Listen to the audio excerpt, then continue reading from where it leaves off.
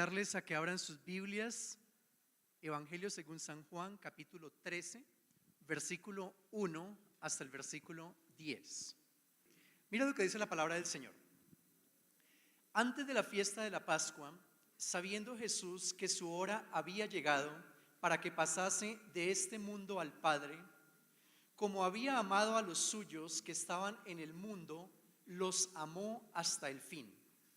Y cuando cenaban, como el diablo ya había puesto en el corazón de Judas Iscariote, hijo de Simón, que le entregase, sabiendo Jesús que el Padre le había dado todas las cosas en las manos y que había salido de Dios e iba a Dios, se levantó de la cena y se quitó su manto y tomando una toalla, se la ciñó. Luego puso agua en un lebrillo y comenzó a lavar los pies de los discípulos y a enjugarlos con la toalla con que estaba ceñido. Entonces vino a Simón Pedro y Pedro le dijo: Señor, ¿tú me lavas los pies? Respondió Jesús y le dijo: lo que yo hago tú no lo comprendes ahora, mas lo entenderás después. Pedro le dijo: no me lavarás los pies jamás. Jesús le respondió: si no te lavare, no tendrás parte conmigo. Le dijo Simón Pedro: Señor, no solo mis pies, sino también las manos y la cabeza. Jesús le dijo: el que está lavado no necesita sino lavarse los pies, pues está todo limpio, y vosotros limpios estáis, aunque no todos. Amén. Muy bien. Quiero que mantengan su Biblia abierta en este texto, porque vamos a estar trabajando toda la enseñanza sobre él. Es un texto del cual podemos sacar diferentes tipos de enseñanza. Al ver a Jesús lavando los pies, podemos pensar en la parte del servicio, la humildad, varias cosas. Pero hay algo central en este texto y es el hecho de la necesidad de un proceso de limpieza continua. Él les estaba lavando los pies, vuelvo y repito, dándoles varias enseñanzas sobre esto, pero principalmente les está diciendo: si ustedes no se lavan los pies, no van a tener parte conmigo. Necesitan pasar por un proceso de limpieza espiritual que sea permanente, que sea continuo. Y yo quiero comparar ese proceso de limpieza espiritual para que sea un poco más comprensible para nosotros con lo que es la poda que se lleva a cabo con un árbol, con una plantica que usted tenga en su casa, la necesidad de que continuamente esa plantica sea podada. Pues yo sé que no somos una sociedad agrícola, tal vez ninguno ha podado una planta nunca, yo tampoco, pero vamos a intentar entender en qué consiste y por qué se lleva a cabo este proceso. Como yo no soy agricultor, me tocó, como todos, mirar en Google a ver qué significa podar una planta, por qué se poda una planta. Y me pareció interesante ver las razones y los motivos por qué los jardineros o los agricultores hacen ese tipo de proceso. Y en primer lugar ellos dicen que es necesario para mejorar la calidad y la cantidad del fruto. Si quieres que una planta dé mucho fruto, esa planta necesita ser podada. En segundo lugar, dice que mejora el tamaño de su planta y el aspecto de esa planta. Parece más bonita, suele ser más agradable después de que ha sido podada. Dice que rejuvenece la planta.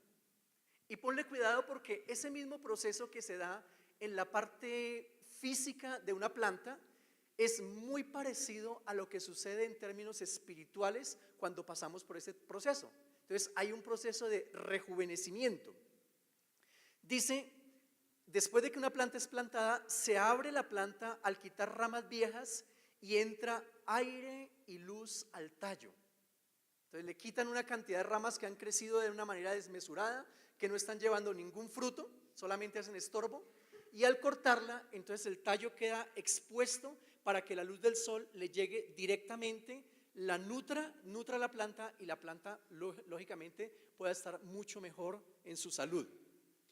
Y evita que aparezcan enfermedades que suelen entrar por medio de los tallos dañados. Entonces hay un proceso de salud. quitas los tallos que están muertos, quitas aquellas cosas que son inútiles y de paso estás previniendo que vengan enfermedades. Interesante, ¿cierto que sí? Si esto aplica de la misma forma para la vida espiritual, ¿a quién le gustaría ser podado? Amén. Bueno, hay como 5 que quieren ser podados y el resto. Para todos es importante y para todos es necesario que esto se lleve a cabo. Entonces, Jesucristo está hablando con los discípulos y les dice, es necesario que yo les lave los pies. Pedro no lo entiende y el Señor tiene que explicarle, dice, mire, ustedes ya están limpios por la palabra, pero a ustedes yo necesito estarlos limpiando continuamente, porque si yo no los limpio, ustedes no van a tener parte conmigo. Entonces, el primer concepto sobre el cual vamos a fundamentar esa enseñanza es que tanto tú como yo necesitamos que el Señor Jesús, que la palabra, que el Espíritu Santo lleve a cabo este proceso en nuestras vidas. Necesitamos ser limpios por la palabra de Dios. Necesitamos ser limpios por la obra del Espíritu Santo en nuestras vidas, para que nuestra vida espiritual realmente pueda proyectarse y alcanzar todo el potencial que Dios tiene para nosotros. La primera verdad que me parece importante resaltar es en el versículo 1, donde se va a comenzar a narrar lo que Jesús les iba a enseñar. Pero en el versículo 1 dice en la parte final, como había amado a los suyos que estaban en el mundo, los amó hasta el fin. Interesante. La motivación de Cristo, la razón de la limpieza espiritual, la razón de la poda espiritual, es por el profundo amor que Dios tiene para con nosotros y por el deseo que Él tiene de vernos proyectar, de vernos crecer, de vernos alcanzar lo mejor que Él tiene para nuestras vidas. Por eso el Señor poda nuestras vidas. Y hago mención de esto y hago énfasis en esto, porque ciertamente ese proceso de poda no suele ser lo más agradable para nosotros. ¿Saben con qué se realiza una poda? ¿En una plantica? Con un instrumento filoso, ¿cierto que sí? Una tijera o un cuchillo o algo especializado, pero es algo que tiene filo y que corta, ¿cierto? Podríamos decir de alguna forma, amputa partes de esa planta. Suele ser un proceso doloroso. Entonces es importante pensarlo y resaltar el hecho de que a pesar de que pueda ser doloroso, es un proceso que está motivado por el amor, el profundo amor que Dios tiene para ti y para mí. Tenlo eso en mente, porque al final de esta enseñanza vamos a mirar que es necesario permitirle a Dios que haga eso en nuestras vidas, porque no nos va a podar a no ser que nosotros permitamos que nosotros lo hagamos. Si yo digo no, yo no quiero y definitivamente me aparto, Dios no va a venir a forzarme y decir no, es que lo voy a hacer a la buena o a la mala, ¿cierto? Cuando llegó donde Pedro, Pedro le dice, tú jamás me vas a lavar los pies. ¿Y qué dijo Jesús? Le cogió el pie y le dijo, no, venga para acá, que a la buena o a la mala, ¿cierto que no? No, solamente le advirtió, cuidado, porque si tú no lo permites, no vas a tener parte conmigo. Pero en primer lugar, Cristo pide permiso para que el proceso se pueda llevar a cabo. Somos parte del cuerpo de Cristo. Somos ramas injertadas en el tallo que es Jesucristo. Pero no hemos perdido ni la voluntad ni la libertad. Y una característica especial de Dios y especial del cristianismo es que el cristianismo funciona dentro de la libertad que Dios le ha dado al cristiano. El cristiano es el hombre que es la persona, es el ser que realmente es libre. Cuando yo les enseñaba acerca de Efesios, decía Efesios o dice Efesios que antes de conocer a Cristo estábamos muertos en delitos y pecados. En ese momento realmente no éramos libres. En ese momento éramos esclavos. Pero cuando tú llegas a Cristo, es en el momento en que llegas a Cristo cuando tu libertad realmente se activa. En este momento tú eres siervo de Dios, pero no eres esclavo de nadie. Eres un ser que a pesar de tener el Espíritu Santo dentro de ti, No estás obligado a hacer la voluntad de Dios. Acuérdate de eso. Tú no estás obligado a permitir que el Espíritu Santo te pode. Tú no estás obligado a dejarte transformar. No, eso es un acto de tu libertad. En Cristo tú eres verdaderamente libre, tanto para lo bueno, pero si tú lo quieres, también para lo malo. Jesucristo dijo: conoceréis la verdad y la verdad os hará libres. Hoy en día tú y yo tenemos ese regalo que se llama libertad. Enfatizo esto en el sentido de que antes de conocer a Cristo no eras libre. Hoy sí eres libre. ¿Y por qué es importante enfatizarlo? Porque definitivamente tenemos que aprender a utilizar esa libertad si es que realmente queremos que haya un crecimiento, que haya una trascendencia en la vida espiritual. Eres libre. La pregunta que yo te hago inicialmente es: ¿cómo has utilizado esa libertad durante el tiempo que conoces a Cristo? ¿Has utilizado tu libertad para tornarte una mejor persona, un mejor ser humano, un mejor cristiano?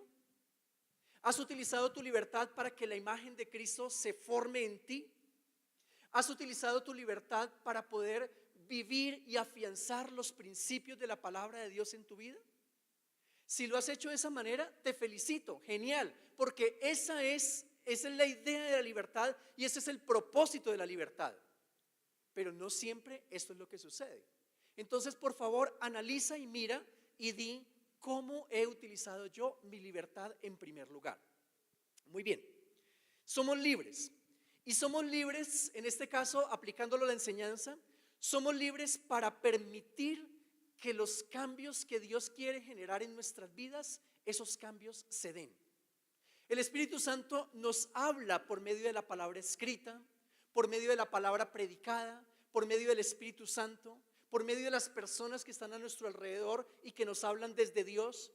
Dios utiliza diferentes medios con el único fin y propósito de que lo humano vaya menguando y lo divino vaya creciendo. Ese es el propósito del Señor.